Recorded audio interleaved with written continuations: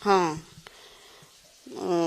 ଆଗରୁ କମିଶନରଙ୍କ ପାଖକୁ ବି ଯାଇଥିଲା ଝିଅ, ଆଉ ତାଙ୍କୁ ବି ଦେଖା କରିଥିଲା। ରାଜ୍ୟପାଳଙ୍କୁ ବି କାଲି ଯାଇକି ଦେଖା କରିକି ସିବିଆଇ ତଦନ୍ତ କରିବା ପାଇଁ କହିକି ଆସିଲା।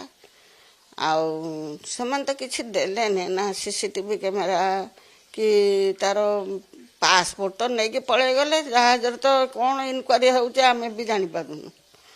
ଆଉ ରାଜ୍ୟପାଳଙ୍କୁ ଦେଖା କଲା ପରେ ସେମାନେ ବି ଆଶ୍ୱାସନା ଦେଇଛନ୍ତି ତଦନ୍ତ କରିବା ପାଇଁ। ଆଉ ସେ ଯଦି ତଦନ୍ତ କରନ୍ତି ତାହେଲେ ଭଲ ହେବ। ଶୀଘ୍ର ବି ଆମେ ଖବର ପାଇମୁ ଯେ 2 ମାସ ତ ହେଇଗଲେଣି, କେବେ ଆମକୁ ନ୍ୟାୟ ମିଳିବ? ଆମେ କେମିତି ଜାଣିବୁ ଆମ ନାତି ଅଛି ବୋଲିକି ଜୀବିତ? ଆଉ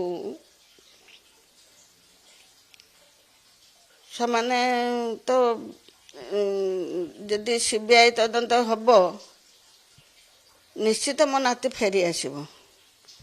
ଆମେ ଅର୍ଜି କରୁଛୁ ଯେ ଶୀଘ୍ର କେମିତି ଆମକୁ ନ୍ୟାୟ ମିଳୁ।